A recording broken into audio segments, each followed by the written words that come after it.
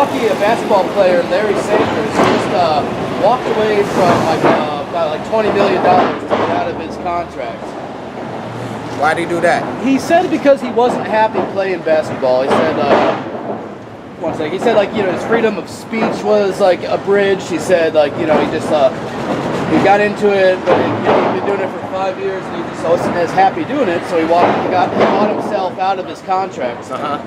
Okay, so yeah, well, it sounds like he has his morals and morality, making a good statement and stuff like that. We need people like that out here that's willing to give up, a large amount of money, to stick to their morals. So that's real nice. I like that. That is real. But I remember when Dave Chappelle walked away from his Comedy Central contract, people were calling him cuckoo just because he's walking away from money, but I think he did it for integrity. Do you think we'll see more of a rise of people who Yeah, it's out here. It's a lot of people that's doing a lot of things. Most of the time it's not televised, but as far as with Dave Chappelle and stuff like that, it's just figuring out the world. You're never too old to learn new things.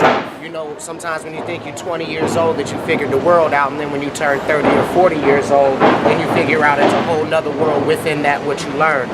And it keeps on going until you pass. So it's a beautiful thing. That is. Now another story, they found Aaron Hernandez, his bar bill from the alleged night of the murder. And on the bar tab there were 11 Hennessy's, 7 Bud Lights, but there were 10 Sex on the Beaches, a vodka drink. Do you think Aaron drank some of those Sex on the Beaches, or do you think that was for somebody else's taste? Hey, it could have been. When you're dealing with a case like that and you're dealing with somebody whose life is on the line, you don't want to make too many assumptions because the media is very powerful. So you want to give that guy the best opportunity that he has to get back on the football field if he's an innocent, So you never know. You never know.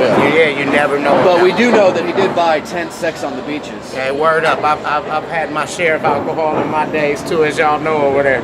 It was it was in Providence. I noticed that he had 7 Bud Lights and it was only $21, and I got a little jealous there. Yeah, wow, yeah. $3 Bud Lights. Right. It's a little more pricey out here. Yeah, it's hard to find that.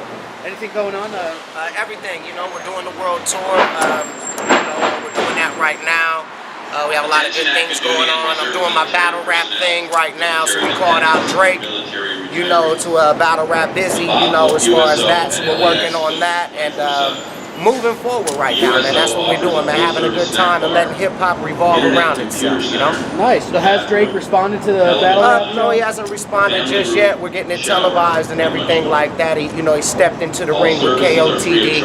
I stepped up with Lush and said, hey, man, I got something for you. Let's do something. Let's show these people what it's all about. Shaking hands at the end and, just good talent and so on and so forth. So we're moving forward out here, man. And Eminem, Crazy Bone coming for you, pimpin'.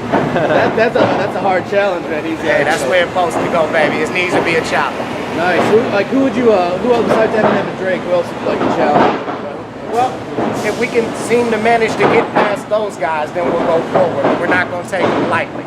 Nice. All right. Thank you.